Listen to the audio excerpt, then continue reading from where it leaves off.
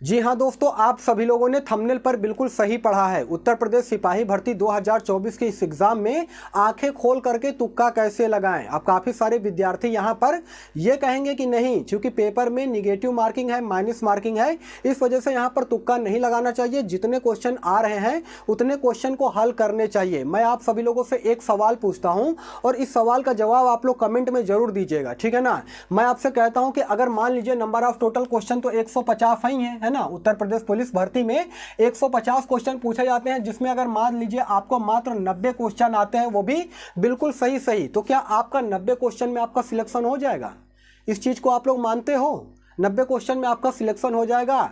बिल्कुल नहीं हो पाएगा दोस्तों। मैं आपको बता रहा हूं, कम से कम आपको जो है 130 क्वेश्चन सही करने पड़ेंगे, या फिर इससे कम की अगर मैं बात करूंगा तो गिरी से गिरी हालत में 125 क्वेश्चन सही करने पड़ेंगे, तब जा करके आपका मेरिट सूची में नाम आ सकता है। क्योंकि इससे कम अगर आप नंबर ऑफ क्वेश्चन सही करते हो ना, तो दोस्तों किसी प्रकार का कोई चांस नहीं है कि आपका जो है उत्तर प्रदेश सिपाही भर्ती 2024 के मेरिट सूची में नाम आ जाए। यह हकीकत है दोस्तों। इसलिए आज की इस वीडियो में मैं आपको कुछ ऐसे ट्रिक बताने वाला हूं, कुछ ऐसे लॉजिक बताने वाला हूं, जिसको अगर आप जान गए ना, तो मैं आपको 100% गारंटी देता हूं दोस्तों कि आपको उत्तर प्रदेश सिपाही भर्ती के एग्जाम में काफी ज्यादा बेनिफिट मिलने वाला। और ये मेरा एक्सपीरियंस है दोस्तों। इस एक्सपीरियंस को आप लोग पूरा अंत तक समझिएगा जो मैं आपको बताने वाला हूं। और मुझे मालूम है काफी सारे विद्यार्थी ऐसे होंगे जो कि वीडियो के कमेंट सेक्शन में आएंगे और निगेटिव कमेंट करेंगे, लेकिन चलिए कोई बात नहीं है, वो अपने आप को कुछ ज्यादा होशियार समझते हैं, तो उनका जो ओपिनियन है वो अपना ओपिनियन कमेंट सेक्शन में रखेंगे, और जो मेरा ओपिनियन है ना वो मैं आपको आज के इस वीडियो में बता रहा हूं, ठीक है ना दोस्तों। जैसा कि आप सभी लोग को मालूम है, 60,000 वैकेंसी के लिए नंबर ऑफ टोटल सीट जो है 60,000 है, और 60,000 वैकेंसी के लिए 50 लाख से ज्यादा बच्चों ने आवेदन किया है। अब यहीं से आप सभी लोग समझ सकते हो कि जो कंपटीशन का लेवल रहेगा ना वो कितना तगड़ा रहने वाला है। मैं मान लेता हूं कि 50% बच्चे इसमें ऐसे होंगे जो कि गधे होंगे, उनको कुछ भी नहीं आता है, लेकिन फिर भी 40 से 50% बच्चे ऐसे होंगे जो कि एक एवरेज है, और उनमें से 10% बच्चे ऐसे होंगे जो कि पढ़ने में काफी तेज होंगे, यानी कि वो एक्सीलेंट की कंडीशन में है। लेकिन मैं आपको फिर भी बता दे रहा हूं कि जो पढ़ने वाला बच्चा भी रहता है ना, वो भी तुक्का जरूर लगाता है। कोई बच्चा ये कह दे कि नहीं मैं बिल्कुल भी तुक्का नहीं लगाया हूं, ये बिल्कुल हो ही नहीं सकता है दोस्तों। देखिए, अगर आपको नौकरी लेना है ना, तो आपको शाम दाम दंड भेद सारे तरीके अपनाने पड़ेंगे दोस्तों।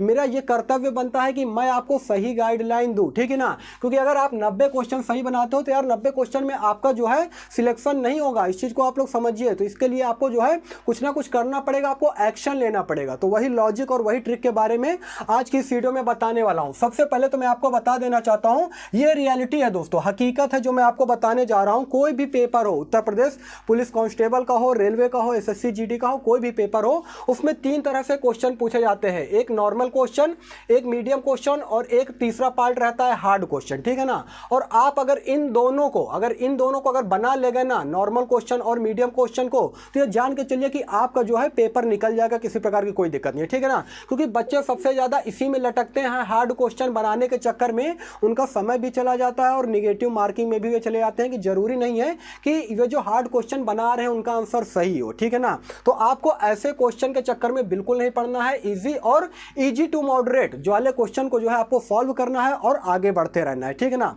और एक बात मैं आपको सबसे पहले बता देना चाहता हूं कि पेपर का देखिए समय की मैं बात करूंगा तो 2 घंटे का एग्जाम है, जिसमें कि 150 क्वेश्चन पूछे जाएंगे, 300 अंक के, और निगेटिव मार्किंग 1/4 होने वाला है, ठीक है ना। तो सबसे पहले आपको जो क्वेश्चन आ रहा हो उस क्वेश्चन को सॉल्व करना है, ठीक है ना। सपोज दैट अगर आपको मैथ में प्रॉब्लम है, ठीक है ना, मैथ में आपको ज्यादा प्रॉब्लम होती है, तो मैथ के पार्ट को आपको बाद में सॉल्व करना है, ठीक है ना।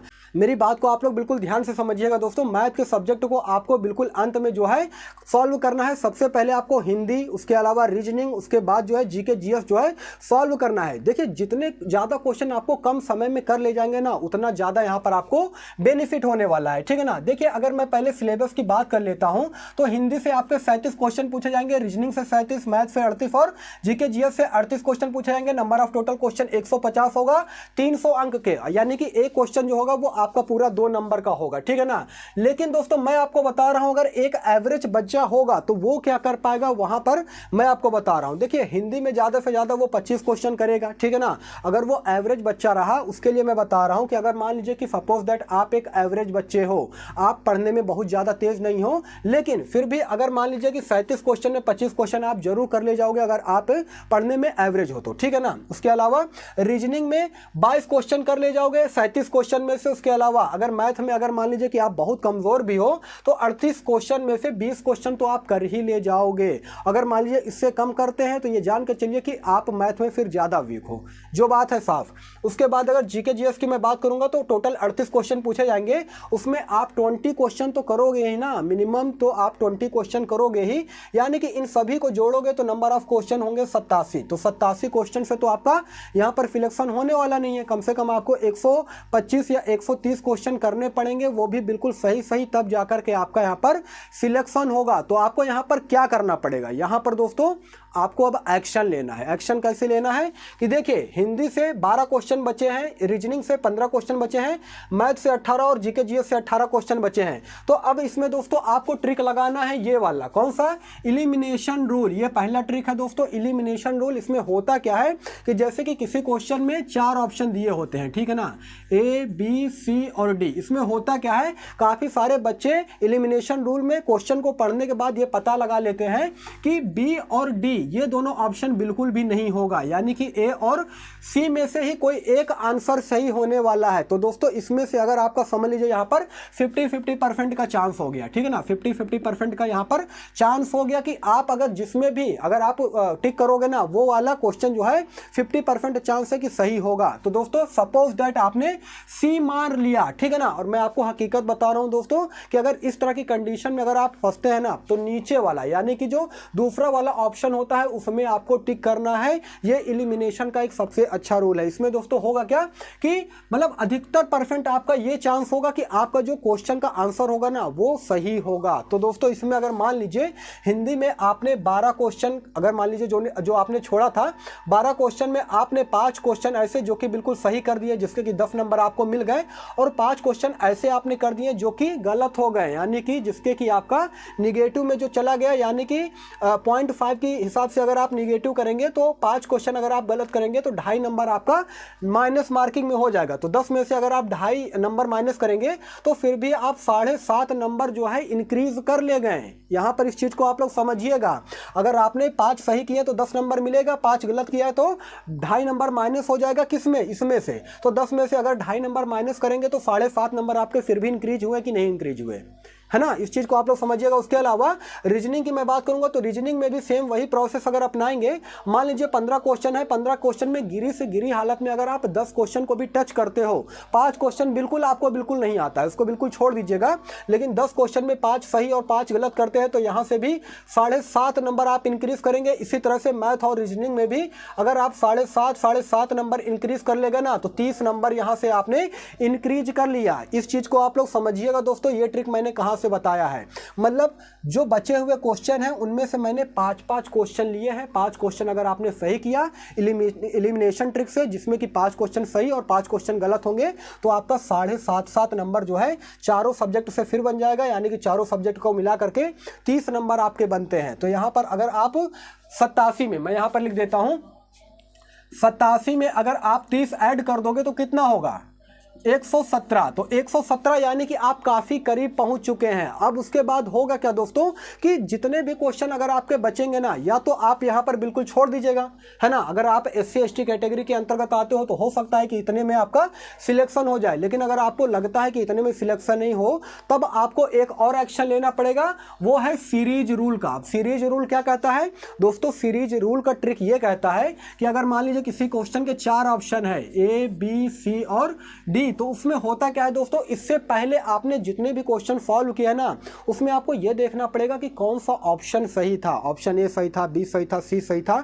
कभी कभी होता है ना कि A सही है, C सही है, D सही है, लेकिन B सही ही नहीं है, मतलब किसी में B ऑप्शन आ ही नहीं रहा है। तो इसमें आपको सीरीज रूल लगाना है, यानी कि ऑप्शन B पर आपको जो है टिक करना है। क्यों टिक करना है, क्योंकि ऑप्शन B जो है ऊपर के 10 क्वेश्चन में कहीं भी नहीं मिल रहे थे, इस वजह से आपको जो है सीरीज B यानी कि ऑप्शन B पर आपको टिक करना करना है। इससे आपको होगा क्या कि दोस्तों मैक्सिमम चांस होता है कि आपका क्वेश्चन सही है। हालांकि यहाँ पर 4 ऑप्शन में अगर मान लीजिए बिल्कुल नहीं आ रहा है तो 33% ऑप्शन होता है कि आपका ऑप्शन ये सही हो, लेकिन अगर सीरीज रूल लगाएंगे तो इसमें 50% चांस रहता है कि आपका जो है सवाल का जो आप उत्तर दे रहे हो उसका आंसर सही है, ठीक है ना। और तीसरे ट्रिक की अगर मैं बात करूंगा दोस्तों तो कथन निष्कर्ष में, देखिए कथन निष्कर्ष में आपको करना क्या है कि ये अधिकतर ये जो क्वेश्चन होते हैं वो रीजनिंग में पूछे जाते हैं, ठीक है ना। 3 से 4 क्वेश्चन आते हैं तो इसमें आपको वो ऑप्शन चूज करना हो जिसमें शब्दों की संख्या सबसे ज्यादा हो। शब्दों की संख्या का मतलब समझ रहे हैं ना। देखिए एक होता है कथन, आपसे पूछ लिया जाता है और उसके 4 निष्कर्ष दे देते हैं, ठीक है ना। अब एक निष्कर्ष होगा जिसमें कि 1 लाइन में लिखा गया होगा, एक निष्कर्ष होगा जो कि आधे लाइन में लिखा होगा, एक निष्कर्ष जो कि 2 लाइन में लिखा होगा और तीसरा निष्कर्ष होगा जो कि 2 या फिर 3 लाइन में लिखा होगा। तो आपको जिसमें ज्यादा शब्द है यानी कि 2 या 3 लाइन वाले निष्कर्ष में आपको टिक लगाना है, जिससे कि आपको जो है आपके सिलेक्शन के चांस ज्यादा हो, आपका जो क्वेश्चन है ना वो सही होने के चांसेस इससे ज्यादा होंगे। तो इस चीज को आप लोग समझिएगा दोस्तों। और मैं आपको बता दे रहा हूं फिर से कि जो क्वेश्चन आपको पहले आता है उस क्वेश्चन को आपको यहां पर सॉल्व करना है, ठीक है ना। अब देखिए एक कंडीशन में आपको और बताता हूं, ये तो मैंने एवरेज स्टूडेंट का कंडीशन बताया है, यहां पर मैं आपको बता रहा हूं वेरी गुड स्टूडेंट जो कि पढ़ने में बहुत अच्छा हो, उसकी तैयारी उत्तर प्रदेश सिपाही भर्ती में बहुत अच्छी तरीके से हो। तो वो क्या करेगा दोस्तों, जैसे वो हिंदी में अगर मान लीजिए टोटल 37 क्वेश्चन पूछा जाता है, 32 क्वेश्चन लगा लिया, रीजनिंग में 35 क्वेश्चन में 30 क्वेश्चन लगा लिया, मैथ की मैं बात करूंगा तो 38 क्वेश्चन में उन्होंने 35 क्वेश्चन कर लिया, जो कि एक पढ़ने में बहुत अच्छा स्टूडेंट है उसकी मैं बात यहां पर कर रहा हूं।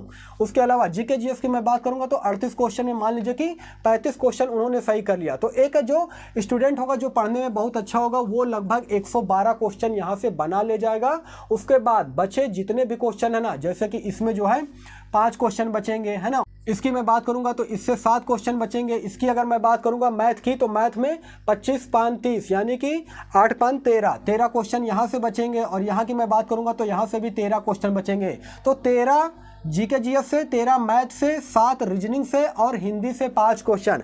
अब इसमें उनको तुक्का लगाना ही पड़ेगा, अगर तुक्का नहीं लगाएंगे तो 112 क्वेश्चन में वो बच्चा सिलेक्शन नहीं ले पाएगा जो कि पढ़ने में अच्छा खासा है। तो यहां पर जो बच्चे ये कहते हैं ना कि नहीं तुक्का नहीं लगाना चाहिए, तुक्का लगाने पर आप माइनस मार्किंग में जाएंगे, देखिए दोस्तों यहां पर बैलेंस्ड तरीके से अगर आप तुक्का लगाते हो और जो ट्रिक का मैंने आपको बताया है इस ट्रिक का इस्तेमाल करते हो ना, तो आप यार आपका नंबर इंक्रीज करेगा ना कि डिक्रीज करेगा। क्योंकि यहां पर नेगेटिव मार्किंग जो है 1/4 है। 1/4 का मतलब होता है 0.5, यानी कि अगर आप 10 क्वेश्चन गलत करते हो ना तो जाकर के आपके 5 नंबर कटते हैं, लेकिन अगर आप 10 क्वेश्चन सही कर देते हो तो 20 नंबर आपके मिलते हैं। तो 20 में से अगर आप 5 घटाओगे फिर भी आप 15 नंबर जो है आगे ही रहोगे। तो इसलिए तुक्का लगाना वहां पर सही होता है जहां पर 50-50 का चांस रहता है, या फिर जब आप सिलेक्शन के काफी करीब आ गए हो ना वहां पर तुक्का लगाना बहुत जरूरी है। क्योंकि अगर यहां पर अगर आप तुक्का नहीं लगाएंगे, 112 क्वेश्चन आपने हल कर दिया है तो समझ लीजिए कि 112 नंबर में आपका सिलेक्शन नहीं हो पाएगा। इसलिए यहां पर कम से कम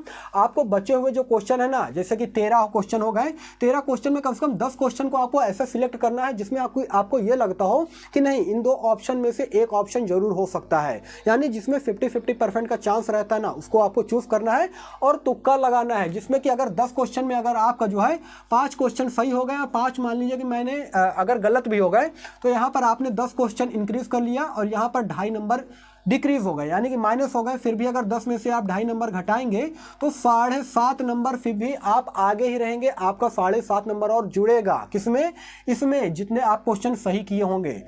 तो चीज़ों को आप लोग समझ पा रहे हैं कि नहीं कि यहाँ पर किस प्रकार से आपको तुक्का लगाना है। दोस्तों देखिए मैं पूरी तरीके से कोशिश कर रहा हूँ कि अगर आपने भी उत्तर प्रदेश सिपाही भर्ती 2024 के इस भर्ती में अगर आपने फॉर्म फिल किया है ना, तो आप दोस्तों आपको अच्छे से अच्छे नंबर मिलने चाहिए। वो कैसे मिलेंगे, अगर आप या तो पढ़ने में तेज हो तब जाकर के आप अच्छा नंबर ला सकते हो। उसके अलावा अगर आप एक एवरेज स्टूडेंट हो तो आप ये जो ट्रिक और लॉजिक जो मैंने बताया है, एलिमिनेशन रूल और सीरीज रूल, इसका उपयोग करके आप जो है नंबर गेन कर सकते हो। और एक बात मैं आपको और बता रहा हूं दोस्तों, यह हकीकत है, आप मानिए चाहे ना मानिए, 130 क्वेश्चन से अगर आप नीचे करते हो तो ये जान के चलिए कि आपके सिलेक्शन के चांस बहुत कम है। 150 क्वेश्चन में आपको 130 क्वेश्चन बनाने पड़ेंगे, क्योंकि 50 लाख से ज्यादा फॉर्म भरे गए हैं इस बार उत्तर प्रदेश सिपाही भर्ती 2024 के इस वैकेंसी में। इसलिए आप लोग अपनी आंखें खोल लीजिए, अगर तुक्का भी मारना हो ना तो ट्रिक का यूज कीजिएगा, और बिना तुक्का मारे ये जान के चलिए कि आप सिलेक्शन ले ही नहीं पाएंगे। चाहे चाहे जितना भी कोई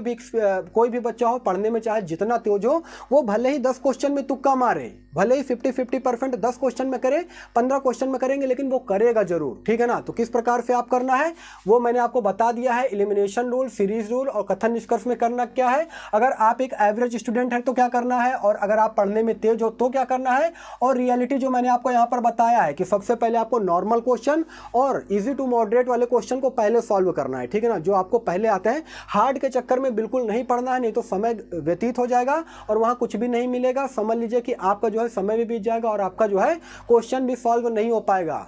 तो दोस्तों हकीकत यही है, इसलिए आपको उत्तर प्रदेश पुलिस सिपाही भर्ती में अगर आपको वर्दी लेना है तो आपको ये ट्रिक अपनाना पड़ेगा, जो कि मैंने आपको यहाँ पर बताया है। अगर इस ट्रिक के बारे में आपको किसी प्रकार का कोई भी डाउट हो, नहीं समझ में आया हो, तो कमेंट सेक्शन में आप कमेंट कर लीजिएगा, मैं दोबारा इस पर वीडियो बना दूंगा। लेकिन अब ज्यादा समय बचा नहीं है, 17 या फिर 18 तारीख को एग्जाम है, ठीक है ना, 17 या 18 तारीख को आपका या तो 17 का होगा या तो 18 तारीख को एग्जाम होगा। तो बच्चे 3 या 4 दिन में दोस्तों आपको यहाँ पर ये कैलकुलेशन कर लेना है जो कि मैंने आपको बताया है, ठीक है ना। तो दोस्तों यही सारा सब कुछ जानकारी देना था। वीडियो अगर आपको इन्फॉर्मेटिव लगा हो तो वीडियो को लाइक कीजिएगा, चैनल को सब्सक्राइब कीजिएगा इसी प्रकार के गवर्नमेंट जॉब के मोर अपडेट के लिए। बाकी फिर मिलूंगा किसी नेक्स्ट वीडियो में, तब तक के लिए धन्यवाद।